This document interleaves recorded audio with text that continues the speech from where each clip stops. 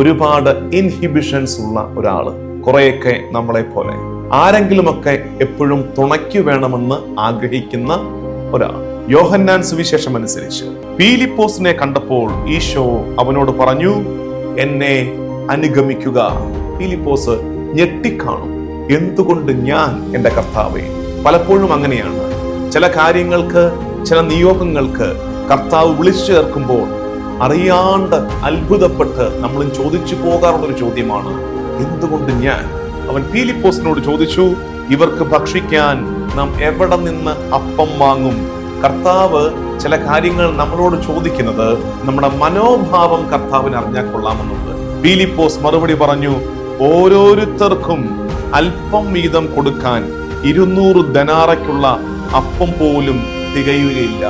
അതായത് ആ പരീക്ഷയിൽ പീലിപ്പോസ് ദയനീയമായി പരാജയപ്പെട്ടുപോയി.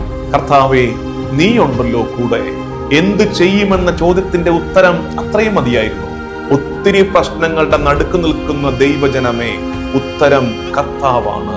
നീയുണ്ടല്ലോ കൂടെ എന്ന് പറയാൻ കഴിയുന്ന ഒരു വിശ്വാസത്തിന്റെ തലത്തിലേക്ക് വളരാൻ പീലിപ്പോസ് നമ്മളെ ഓർമ്മിപ്പിക്കുന്നുണ്ട്.